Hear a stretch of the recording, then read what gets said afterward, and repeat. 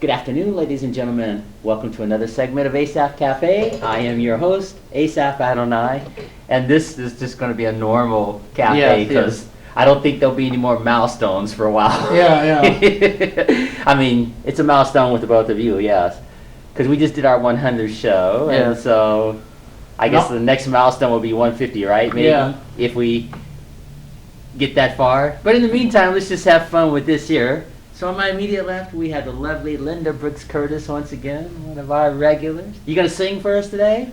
Not today. Okay. And affectionately, our aging rocker, Emmet. So the guest that was supposed to come didn't show. So I guess we'll just have to interesting. just do a plain old ordinary Asaph Cafe, which is fine with me because all these shows are so delightful anyway. Yes, the cake's all gone. Yeah, that was 50 Shades of Chocolate. Delicious. The name of that cake. Still thinking about it. So good. Yeah, it was very good.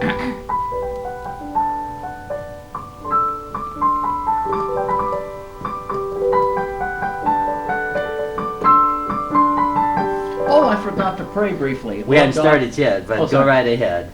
Lord God, thank you for food and our time together and our fascinating show in Jesus' name. Amen. Uh-huh. And I'll start off with Clara Peller. I don't know if people remember her. Nope. I did a story on her just yesterday on Wake Up Mozilla. She's the lady that made the phrase, "Where's the beef?" Yes, famous. I remember those commercials. The Wendy's organization? Mm-hmm. They made $945 million during that campaign. Wow. The Wendy's organization. So... And you know, normally I don't like commercials, but I liked that one. Yeah, that was just such a cute commercial. Yeah. And honestly, that's true. We've been to hamburger joints, I'm sure, where there's hardly any beef. And you just naturally say, "Where's the beef?" You know? Well, see what I said in the story yesterday. I started the story off talking about when I was a little boy. We lived overseas. Mm-hmm. There was this girl named Kelly Cross, and her parents used to make her this really thick tuna fish sandwich. I mean, it was really thick, like as thick as that sandwich you're eating. Mm-hmm. And my birth mom, she would make me and my brother a sandwich, and we would call it a wish sandwich, W-I-S-H. Mm-hmm. 2 pieces of bread, and you wish there was meat in the middle.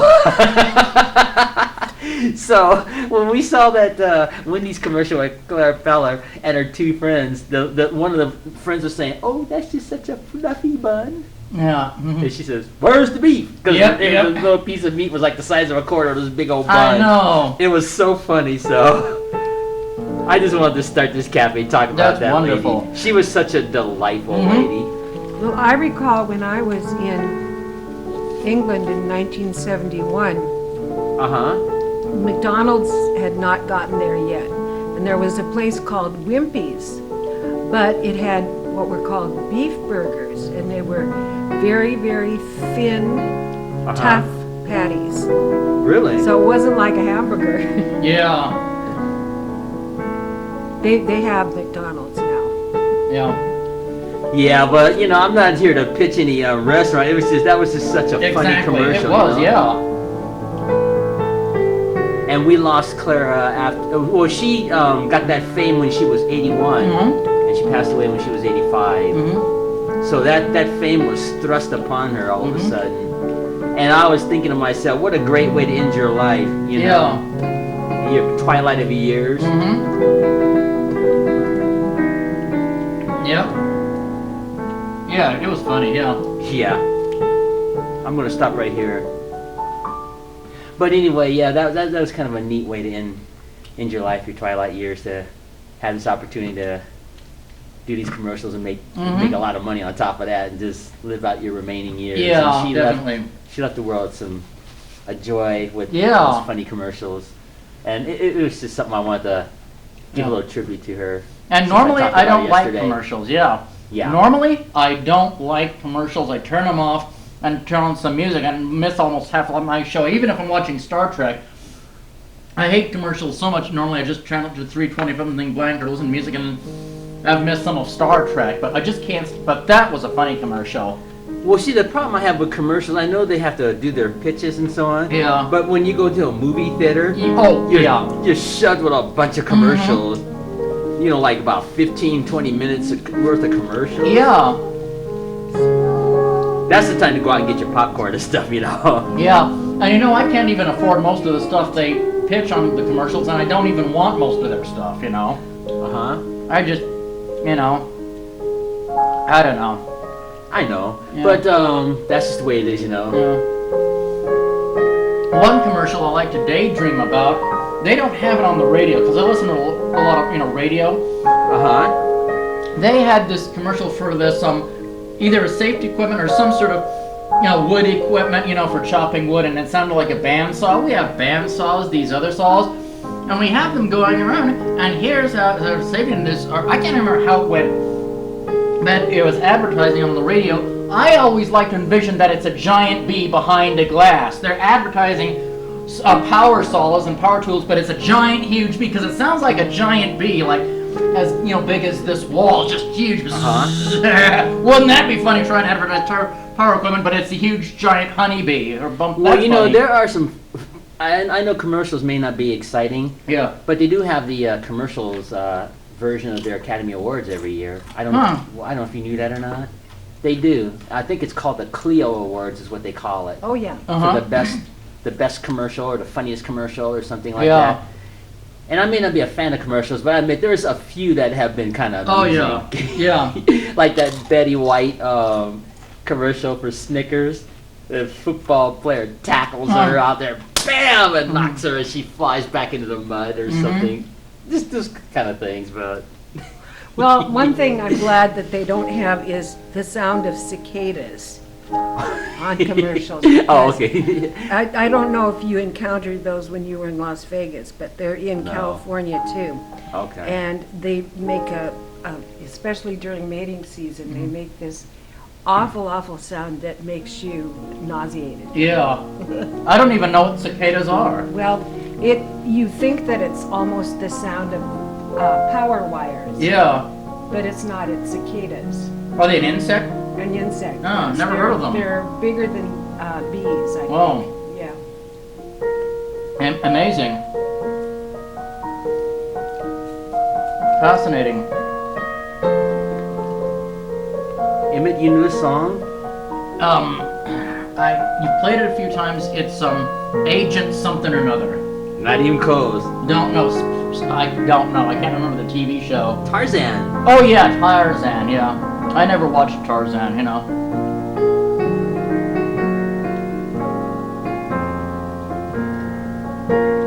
Short version. Yeah, that's the theme to Tarzan with Ron Ely, the actor. So how have you been, Emmett? Look, quite well. Yeah. Still suffering with allergies. Yeah, well, I know you were really having a tough time last week, but I'm glad you're better now. So. Yeah, I took some allergy medication before I came. You know. Okay. And Linda, how have you been? Just okay? Doing all right? I've been okay. I had, well, nobody likes to talk about colonoscopies. Yeah. Yikes! But I had one of those.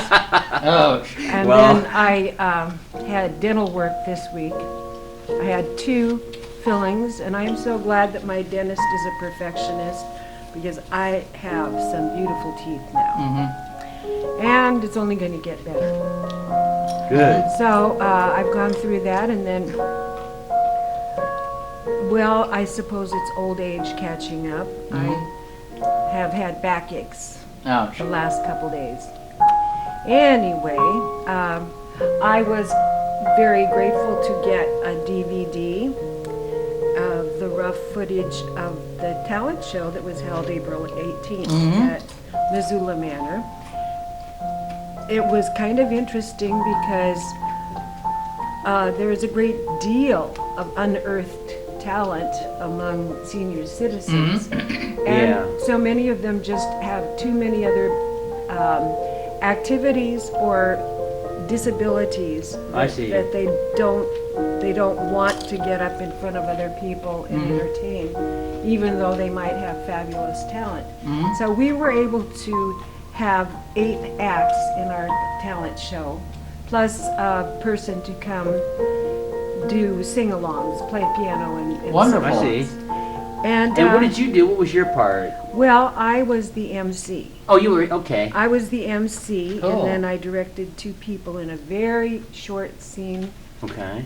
with Grandpa from You Can't Take It With You. Okay. And then I sang 2 numbers. I sang Sunrise, Sunset, Okay. and Old Folks from Jacques Brel, and the audience really liked it. That's cool. But there were, of course, the other entertainers who preceded me. One man told jokes and recited from memory The Touch of the Master's Hand. Oh, wow. Another man played the ukulele and sang. Wow. Another person, a lady, read a short, hilarious story called The Nice Lady. And then, of course, You Can't Take It With You. I can't remember if there was another act. I'm not looking at the program right now, so if I've forgotten anyone, please forgive me. But it went over very well. We had to play certain things by ear. Uh-huh. And but it was the monthly birthday party, during which annually there is a resident talent show.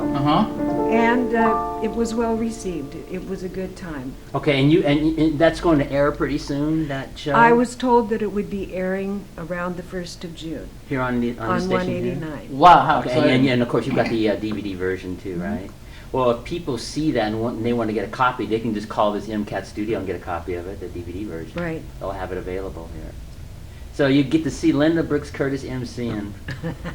Fascinating. I'd like to see it myself. I haven't seen it tried yet. to wear my tuxedo suit, but the skirt was smaller than I was. Yep. So I had to wear the jacket with pants. Nobody seemed to notice.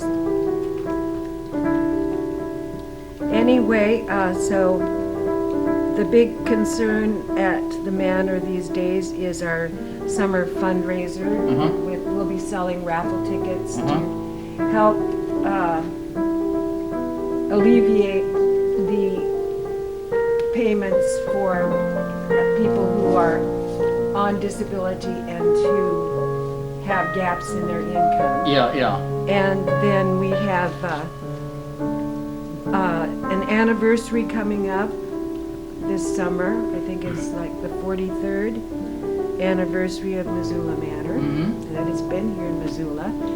And everyone is interested in the Garden City flowers.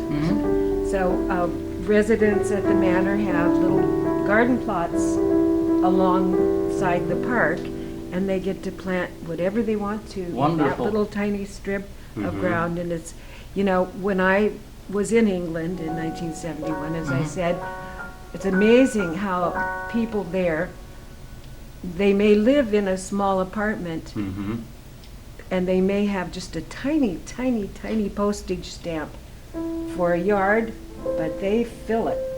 They fill it with exquisite flowers and vegetables and lawn. Everything is very well groomed. And that's the way I feel about gardens and parks, Yes. Put, all the beauty in it, all the beauty of nature. Of course, we have wildlife around the Missoula Manor also. I'm not talking about people. Yeah. Okay. Do you mean deer sometimes come in there or not? Oh, yes, definitely. Wow. In the winter when they're down at lower elevations. And then, of course, in the summer they go back up. Amazing. And squirrels and songbirds. Yeah. Good. And we even have crows. Yo. There are a lot of crows in Missoula. No ravens, just crows. Yeah. Go down, Moses. Yes. Just you guys can keep talking. I'm just playing stuff Save right us now. from this bondage. I know it. Yep. I was reading about Charlton Heston just this morning. That's why this song came to mind.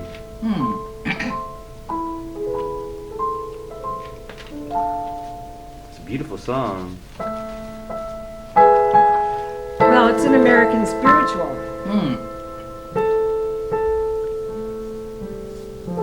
You know this song, don't you, Emmet? Yes. Not really by heart, but I've heard it, you know. Let my people go. Yep.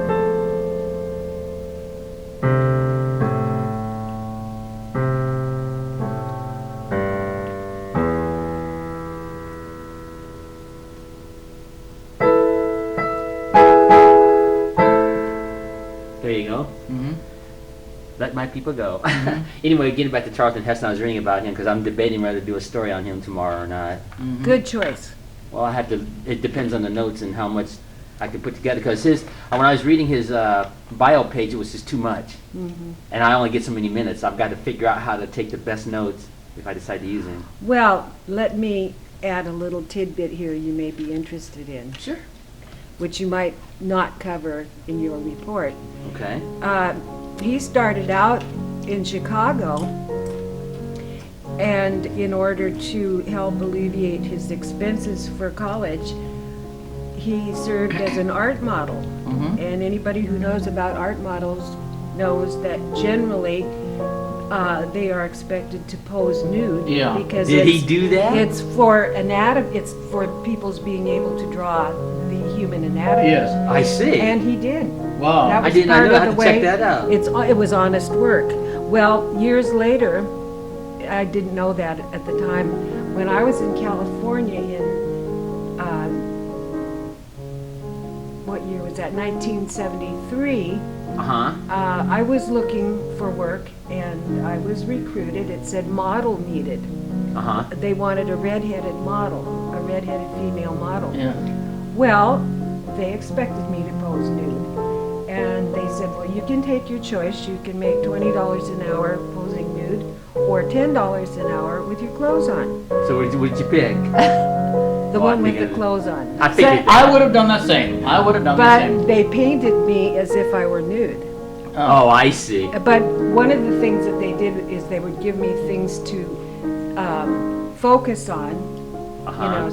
sort of meditate on, and then they'd play musical choices that I liked I see. while I was sitting there modeling. And when they entered their pictures of me in the pageant of masters, they were so expensive I couldn't even buy one. Yeah. I see. Yeah, I had a chance to do that once too, but I chickened out. Oh yeah, I wouldn't do it. I no. chickened out. I just decided no, thank you. They were looking for nude models like you're talking about, and I don't have anything to work with anyway, so I'm like, nah, that's all right. They would have paid $50 an hour, but I just couldn't. Yeah. So I just declined. Absolutely. I was willing to take the half Yeah. pay. Wow. I'll have to check that out on Charlton Heston, you know. Yep. You know, speaking of buns, there was a scene in the documentary of the Planet of the Apes with Charlton Heston. You know, because, there's a scene where he's standing in a court of law on the Planet of the Apes, and he just has that little smelly robe on him. Yeah. And so the apes made him take it off, and you see his backside. Mhm. So in the documentary, they said one of the pages was walking by in the scene, and she looked at him and said, nice buns. And then she walked off Yeah. and finished her job. Yeah, I don't think that's wrong in and of Right. itself. I think there's a difference between that and pornography. Yeah, There's there a is. Certainly. big Of difference. course there is. Definitely. But, and I don't want to go into the pornography aspect of it, but as far as the elegant model thing, I don't think that's wrong. It's just, for me, I didn't have the courage to do it. Nor would I. No way. Yeah. But maybe if I looked like Dwayne Johnson or somebody, I had chiseled, that might be different. But no, nobody wants to look at me. Well, But I'll tell you, this is a true story. I did enter one of those, like a Chippendale contest once. I was in my early 20s, and of course I didn't win, but I got the most applause for courage to be this skinny guy going up against these Chippendale guys, and I had my T-shirt off and on. It was just a little thing, and I mean they were like, "Ow!" screaming, because I was like a toothpick compared to these guys. These guys are all chiseled and formed, and I'm like Kermit, right? Yeah. In front, instead of with these guys here. That actually happened. That's a true story that happened. So I got the. It wasn't an award or anything. It's just I got the most applause and was voted the guy with courage to get up there in front of all those Chippendale guys. And you know, when you're young, you do stupid things. I think I was like 21, 22, something like that. There's no way in the world I would do that now. But when I look back at my life, I'm like, I've done some crazy things in my life. As I think we all have. Yeah. I've never jumped out of a parachute or anything. I don't intend to do that, so. But anyway, I'll give us some thought about that Charlton Heston. I'll look that up. Anyway, I know he was a handsome man, so he probably had the physique and the look at the time. But speaking of Charlton Heston, I was reading over some of his movies. They said he did over 100 films in his career. Now, my personal favorite Charlton Heston movie, even if it maybe wasn't his best work, you know, like the Ten Commandments or whatever, my personal favorite was Planet of the Apes, the 1968 Planet of the Apes. Yeah. I like that. And that scene when... Did he do The Agony and the Ecstasy? Yes, he did. I read that this morning, too. And he did a movie called El Cid. He did The Omega Man. The Omega Man was basically a science fiction film of the last human on Earth, which was his character, because all the others were like zombie kind of characters, like, you know. But getting back to Planet of the Apes, that was my favorite, my personal favorite. Most usually when you think Charlton Heston, you might pick like Ben-Hur or maybe the Ten Commandments or something. But no, Planet of the Apes. And I like that scene. Taylor, why did you run away? Yeah. I'm in charge of this man, not anymore. And all of a sudden he turns around and says, take your stinking paws off me, you damn dirty ape. I love that, yeah. I love that. Well, personally, I liked Soylent Green. Yeah, that was fantastic. That was a fantastic movie. Well, see, the point is, with over 100 films, you have so many to choose from. Yeah. And Charlton Heston left the world with some great movies. So, just wanted to mention Charlton Heston there. I'll check out that info you gave me on there if I decide to do that story on him tomorrow. Yeah, I was reading as much as I could about him, but like I said, the bio page I had on him was just so much. Like his military service and everything, and just his childhood. And so, you know, some movie stars have like outrageous bios because they do a lot of stuff. So I had to figure out a way to condense it to like 2 or 3 minutes or maybe 4 minutes tops and make it interesting. Or maybe you could do it in more than one segment. Oh, I wouldn't even thought of that. All right, I'll keep that in mind. Well, I have till tonight to prepare for it, so.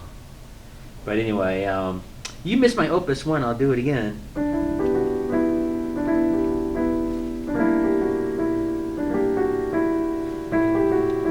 So what are you gonna do? Something like that. Yeah, the Mills Brothers. Have you ever heard of them, Emmet?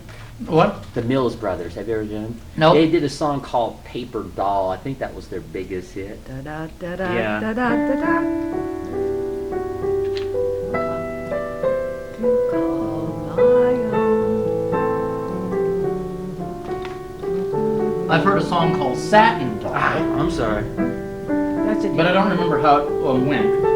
I've heard it on the easy listening station. Well, Satin Doll. that's mostly instrumental. Yeah. That's fine by me, yeah.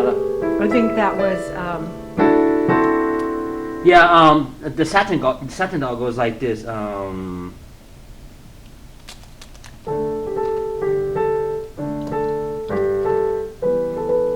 yes. Satin Doll. Yep.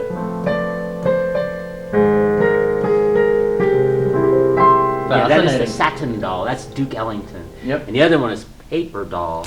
And I think Paper Doll was probably more of a fun song. Yeah. More of a, wouldn't you say? More of a popular song. you know, in a one that I sense? liked of the Mills Brothers. What was that? It was The Naughty Lady of Shady Lane. Oh, it went something like this. See. I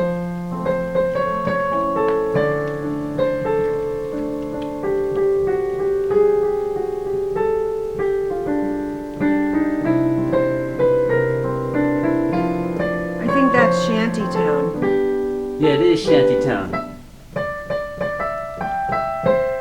The Naughty Lady of Shady Lane. Oh, that one. Okay, I don't know how to do that one. Well, it's Yeah. about a baby girl in diapers. Yeah, I used to watch the Mills Brothers. This is probably before your time. They were an African-American singing group, brothers, and they were very popular in their time. Oh, They had interesting. a lot of fun hits. Yep. like the paper doll. They always did that on the Mike Douglas show, Merv Griffin show, I think it was. Yep. Stuff like that.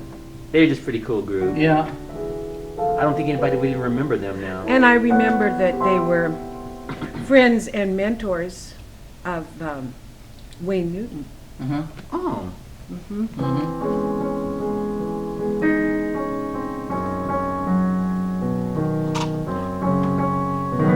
You know this song? And you know lots of No. people sang Danke Shane before Wayne Newton did. It was quite a popular German song.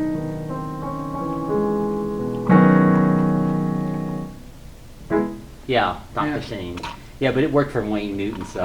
Yeah. It did. I mean, boy, did that song work for him. Yeah, I think that's his signature song, or has been for years. Yeah, one song I heard it on Easy 102 KUEZ, Uh-huh. and I recognize it because I've seen National Lampoon's Vegas Vacation. Is And that they the had- one with Chevy Chase? The Vegas Yeah, Vacation? yes, and they actually had Wayne Newton, I think the real one, playing it. That would make sense because he's known as Mr. Las Vegas now. Yeah, yeah. And anyway, it was something about, let's see, dun dun dun dun dun dun dun dun dun dun dun dun dun dun dun da da da da. Let's see. Da da da da da da da da da da da da. I can't remember. Dun dun dun. Was he dun, singing dun, that? dun. Yes, but I don't remember the words. Dun dun dun. I just know the instrumental, but You're not thinking about this song, the one that goes like. no, not that one. It was a very pretty song. Nope. It was That's a very called, beautiful song. oh, Beautiful song. Classical Gas, I think is the name of that song. Yeah, it was a I'm trying to beautiful play. song. I can't remember how I'd have to dig up all my tapes and. Oh, yeah. Yeah. But yeah, I don't have any Wayne Newton albums. Isn't he kind of easy listening? I like Yeah, what I've easy, heard. yeah. Yeah, maybe I should get one. No, yeah. Wayne Newton in his time, in his prime, he was probably the best entertainer Oh yeah. in history. Yeah, I mean, yes. in his time. Mm-hmm. I mean, and I see why he made it. I saw an episode of him when he was very young on the Lucy show. Mm-hmm. And when I looked at and listened to that, I said to myself, I see why that guy made it in music. Mm-hmm. He had that childlike voice, you might say, Mhm. when he was young. Mm-hmm. And it worked. And he had a great stage presence. Yo, yeah, he does. Oh my goodness. Does it? And that's followed him all throughout his career. Mhm. I mean, when you watch Wayne Newton, you're like glued to the Yeah, you stage are. watching this guy. And he just gives you a show. Yeah, he does. My goodness, I've seen enough videos of him over the years Uh-huh. too. When I was a camera girl in 1976, we used to be invited backstage on a routine basis just to Mhm. hang out with Wayne and his friends. Whoa. Wow. That would have been an honor. Yeah, that's in that collection of pictures you showed me when you took a picture with Wayne Newton. That's right, I remember that. That's an honor. Wow. Yeah, Linda has this collection when she was in her Vegas Mhm. years, and she was standing with Matt Davis, country singer, Liberace, Wayne Newton, and who? Can you name some of the others? I can't remember them. You remember some of the others that you had taken pictures with? Joan Rivers, Mhm. Joan Rivers, that's right. Carol Burnett. Hmm. That's right, Carol Burnett. Yeah, it's pretty cool to see Linda standing next to all these famous people.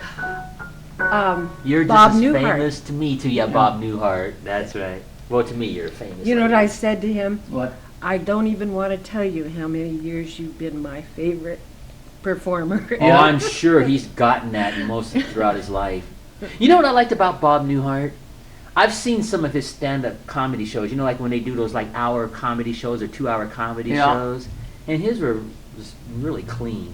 Oh, but they were funny. Yeah, that's what I They like. were I mean, so you know, squeaky clean, but yeah, funny. and they were funny. I don't know why comedians and- got to say all I these You know, all that words horrible and- smut just to make it funny. Yeah, yeah. And I don't think it's funny because, you know, what if you got your 5-year-old grandchild? Exactly.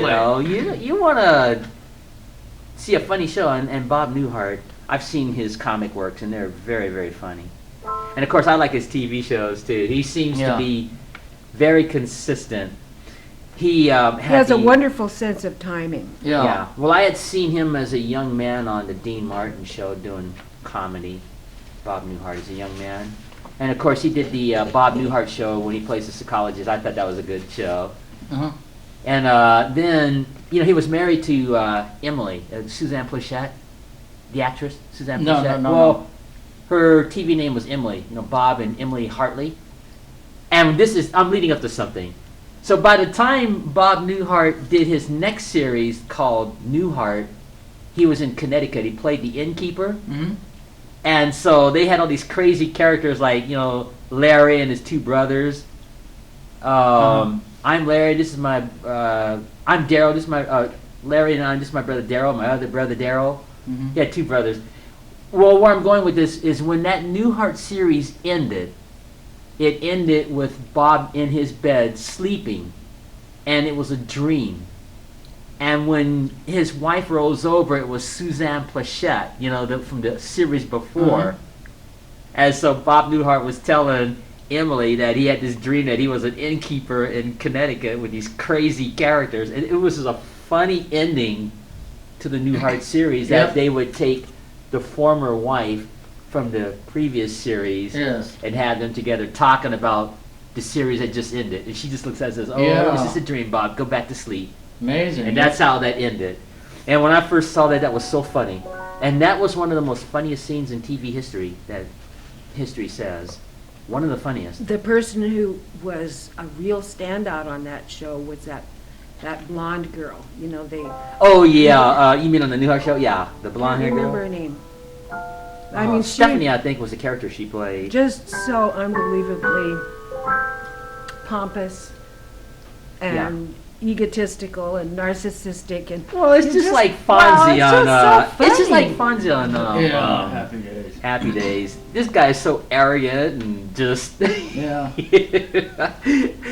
So I guess if you have a character like that on a show, it works. I don't know. Well, I had an interesting experience when I was doing Bastien and Bastiena, the one-act Mozart opera. The hairdresser who was out in the San Fernando Valley, he was a friend of mine, and he said, I'm going to do your hair for the show free. That's my gift to you, for the opera. And I went to my appointment with him, and before I got to the appointment, I stopped at a fast food place to get something, to tide me over. And this man introduced himself to me, told me he was Tom Paget, and he said, are you an actress? And I said, yes. And he said, well, I am the person who created the role of Carol for the Bob Newhart show. And I'd like to create a character for you. I'm going to Minneapolis to shoot titles for the Mary Tyler Moore show, but I'll be back and I'll call you. And he didn't. And I toyed with the idea of trying to get in touch with him, but I didn't. But that was kind of an interesting experience. Oh, yeah, it can happen. Yeah. Now I know if I'd had the killer instinct, I would have been bombarding him with telephone calls. Yeah. Well, speaking of old television shows, you know what I miss? TV guides. Do you remember the TV guides that used to be on the newsstands at the checkout line that were just like 50 cents? TV guides, you'd read them, you'd find out what's on TV all the way 24 hours, Saturday, Sunday, Monday, even Saturday morning cartoons, the new TV lineup. I miss TV guides. They don't make them anymore.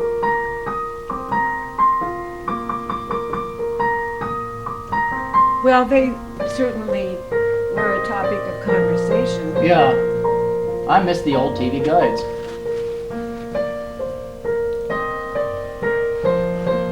That's the theme to the Mary Tyler Moore show I was trying to play. Well, yeah, I guess if he had that to live over again, he should have just got his business card and I would have just went right away. Well, probably. he didn't offer it. Oh, well.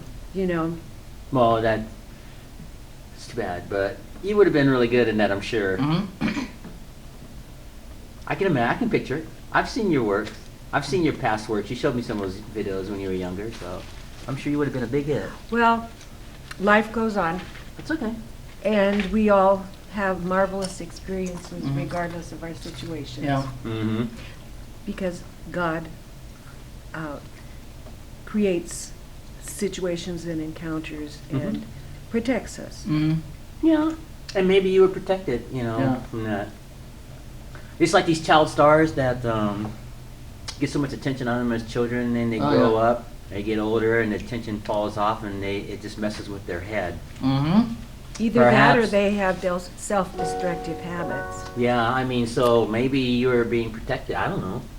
I know my birth mom once told me that when I was a baby, she entered me into a baby contest, and I wound up winning best looking baby. I was like about just 6, 7 months old at Oh, the how time. cute. So I don't really remember it.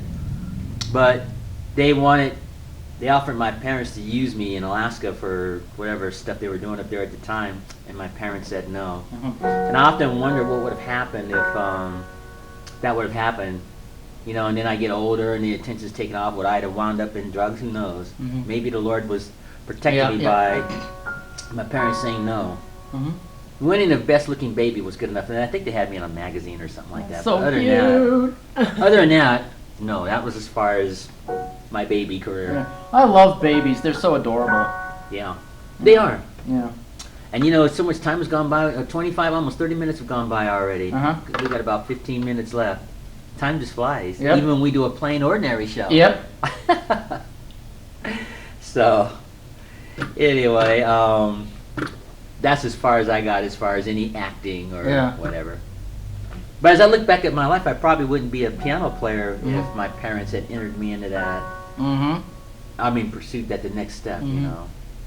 Be one of those baby models or something like that. Your baby model in your birthday suit or whatever, it's cute. Yeah. Well, no matter how much we can speculate Yeah, you about can the just road guess. not taken, Mhm. we can't go back and choose Yeah. it again. Well, I wouldn't choose it anyway. I'm very satisfied with my life. I may not be famous like, say, a Liberace, for example, or Roger Williams, Floyd Kramer, whoever. But as I look back at my life, I've had an interesting life, to say the least. I got to do a lot of things with my life that Mhm. most people probably didn't get. Yeah. Yeah. And as I look back at my life, if I had listened to a lot of people when I was younger, I probably would not have got to live the life that I Mhm. got to live. Mm-hmm. I was 19 years old when I got the scholarship at the conservatory, and everybody said, "You shouldn't go to that conservatory. I don't care if you do have a scholarship." Mm. You know, nobody was in support of that. Yeah. And you know, a lot of people, their dreams get crushed Yeah. for whatever reason. Yeah. Whether it's because people around them don't believe in the dream, or maybe the parents have another plan for the kid. Yeah. Because I Well- read about this stuff in my autobiography, you know. Well, I attended Mary Poppins last night, which was a very long, intense production.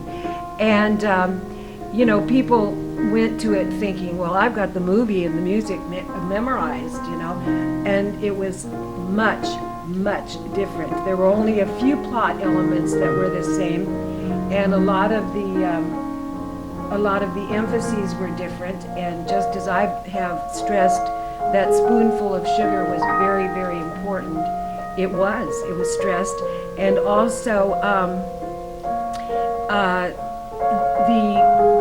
the facts that P.L. Travers, the author of Mary Poppins, wanted to get across, she would not sell the rights to it to Disney, and Disney was after her for at least 20 years to try to get that writing. Did they say to why use. she didn't want to give the rights to that?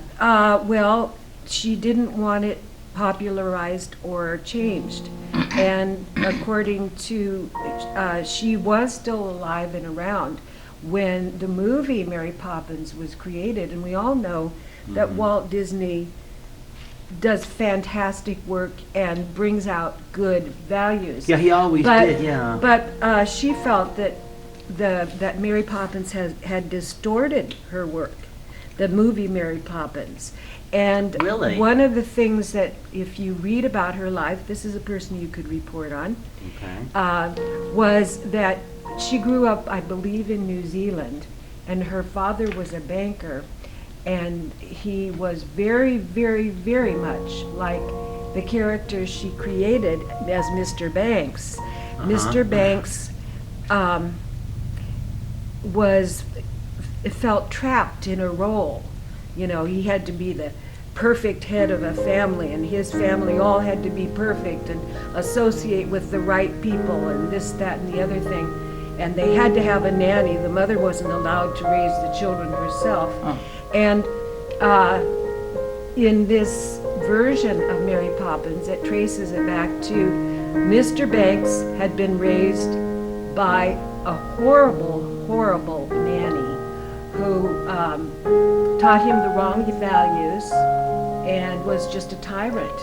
And that's why he was such a misunderstood and misunderstanding person in his life, and tried to treat his family that way. He thought that's the way it was supposed to be. Oh, okay. So it kind of highlights facets about culture during the Victorian age. Anyway. What was her name? P.L. Travers. Okay, I'll have to check it out. That's her writing name. I P.L. think she Travers. had a different real name, Okay. but the book was written with the pen name of P.L. Travers. I can look it up. And you're coming to a conclusion on that story. Do you remember what you were going to say? I shouldn't have cut you off Well, like basically, the whole thing was, in the end, in this different version, which isn't like the movie, the father recognizes that it's human relationships that are really the important thing in Yes. life. And he and his wife get into a happier mode, and he accepts the fact that encouragement in the form of a spoonful of sugar, which is what it's symbolic of, is the real way for people to thrive. Exactly. Okay, I see. Not quashing them with discipline and rules. Now, and getting back to crushing dreams, I wasn't being critical when I was saying that. It's just I've noticed that in life that, Yes. and that's why I wrote about it in my book, as you probably both know. Sometimes parents, when they have these babies and they start raising them, they want to mold these babies into their image. And they want these kids to have the career that the parents think the child should have. And sometimes that kid grows up and wants to do something totally different, and then it causes tension. Well, my sister... I went through that, so... When I was pregnant with my son, my sister sent me a book on child psychology from, I believe, the main author, or one of the main theorists was named Gestalt, as in Gestalt theory, which I don't think is describing what I'm talking about, but it was essentially to say that once a child has become conceived, that child has a built-in personality, and you have to recognize that personality and work with it. Yeah. And so that's what I tried to do with my son. Well, that makes me think of that Bible verse, train up a child in the way he should go. I think you can apply That's that. Proverbs. Yeah, in the Bible verse, the Old Testament, train up a child. I think that And you can he shall use that. be like a tree. Well, yeah, but I think you can use that passage to, when it says train up a child in the way they should go, to work whatever their bent is. Their whatever interest is. personality. Their You personality. can use that. I think you can use that verse in that context too, not just yes. necessarily what they call the spiritual Well, context, but that Quite context too. frequently, it's interpreted to mean mold them in what you think is right. But as you say, Yeah, I they're think you should really- mold that child to whatever their interests are, Yeah. whatever their tendencies are. Yeah. As far as, wouldn't you say? I think so. Yeah, You know, I think so. with my son, I thought he was tremendously athletic, so I tried to give him opportunities in athletic activities. Yeah. And he was just a star. But he was more interested in human relationships and artistic things. So, and he was a wonderful musician and singer, and did really good artwork. But the key was that both his PE teacher and his art teacher thought he should be a teacher of art or PE. And what he turned out to be was a salesman like my dad. Yeah, Because his thing was relating to people and communicating to them, and that's what I've been all my life, as a communicator. Well, and I wish that, and I don't mean this critically when I say this, I just wish my parents would have been supportive of what I wanted to do when I was growing up, instead of having me do what they wanted me to do. Yeah. And I know my father's been gone for over 20 years, but that was the big deal I had with him, because he was a serviceman, so he used to brag about Asaph and me going to follow in his footsteps, and that didn't happen. Because by the time I got to be about 12 years old and start discovering music, I'm like, hey, I like this. Yeah. So, Well, I have nothing against the military, but I think that people should join that for the right reasons. Right, exactly. A lot of people get in the military for all the wrong Yeah, they reasons. do. They have these expectations, and then a war or something breaks out, and all of a sudden, you didn't sign that contract, and now you're stuck, and Uncle Yeah. Sam has you. Yep. well, how much So- longer do we have? We have about 8 more minutes. That old clock on the wall. Hmm. Yeah. But we can pick up where we left up on the next one anyway. But no, I'm not being disrespectful to my parents. It's just I'm just saying there are a lot of kids that have that issues with their parents, and some parents threaten their kids to throw them out of the house Yeah, it's if horrible. the kid doesn't do what that parent thinks they should become. Yeah, that's horrible. Squashing dream. You remember that TV show House, House, the medical show? Vaguely. Well, they had this scene in there where there was this kid from an Amish family. Hmm. He was an adult, and he was a promising surgeon. So one of the surgeons was going to train this young surgeon, teach him everything. But then when the Amish family showed up at the hospital, it didn't make any difference that their son was this promising surgeon. They want that son to come back back to the Amish life and whatever. And it just was, that was an interesting episode Yeah. to me.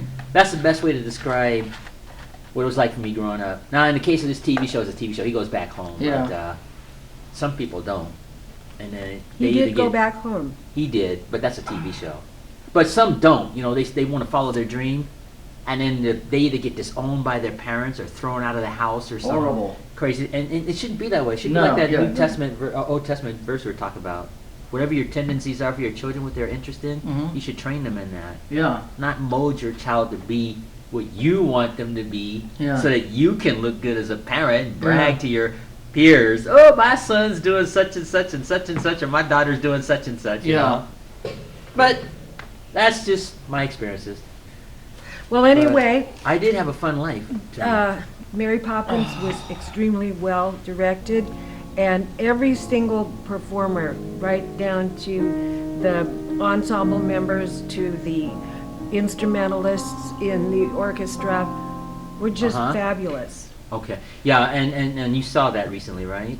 I saw it last night. Yeah, that's what you did say last night. The person who played Bert was absolutely most spectacular. Really? Younger actors, obviously, huh? Well, he's experienced, but he's a local talent. He's from Missoula. Oh, okay, cool. And so is the person who played Mary, and she was superb. A great deal of personality and Mhm. presence. How much did it stage cost presence. do you remember how much it was, the Well, tickets for that? I believe the open tickets are $23 per person, and the people with season tickets pay $20. Oh, okay, I got it, yeah. Well, So consider it's that. kind of experience, but they have lots of expenses to meet. Hmm. Yeah. And even though they do have sponsors and solicit contributions, Mm-hmm. they still have to pay royalties and all those other music Yeah. fees and all of that stuff. Yeah, So- that would make sense. And on that note, our time's up. See how fast this went already? Hmm. Any Happy final- trails. Well, we can end with that. Any final words you want to say, Lynn? Can't. We'll get to you in a moment, Emmett. Any final words you want to say? Live your dreams. Yeah. There's an old song that Sinatra made famous, Put Your Dreams Away for Another Day. You remember that? Yeah, you don't want to put your dreams away for another day. Yeah. Da, da, da, da, It went like this. Da, da, da, da, da, da, da. Oh, I love that song. I have You've it on heard it? tape. Yeah, I Yeah, that's called love Put it. Your Dreams Away. We'll talk about that in the next episode. Put Your Dreams Away for Another Day. That is a beautiful song. Yeah, you don't want to do that for real, but the way Yeah, he you sang don't. it was... But I mean, I just beautiful. love that Yeah. melody. I've heard it on easy listening stations. I love that Put melody. Your Dreams Away for Another Day, Frank Yeah. Sinatra. Yeah, very young Sinatra singing that. Emmett, any final words you want to say? Can't think of any. Okay. Well, let me make some acknowledgments and we'll sign out and then rest and do show number 2. Mm-hmm. Thank you, ladies and gentlemen, for watching another regular episode of Asaph Cafe. Asaph Cafe is a show where every week I just invite a guest and we just talk. Mm-hmm. No script, no makeup, just come as you are. And everybody has a story. It's amazing what people have talked about on this show over the years that I've done it. Wonder Woman, mail order brides. People talk about their dogs, their cats, their family, their hobbies, and it's just fun. Yeah, it is. Something I want to, delightful. So if there's anybody watching this show, they want to be part of this show, just contact the Cat Studio and Show put up. them on. You know what? I believe it was, oh dear, I can't remember. Oh, I know, it was Woody Allen, who is credited with saying, life is just 75% showing up. Okay, and on that note, on my left, we have the lovely Linda Brooks Curtis once again. Affectionately, our aging rocker Emmet, and I guess I'll sign off and then we can do that happy trails. Let me sign off with the signature song. Until our next show, Maranatha.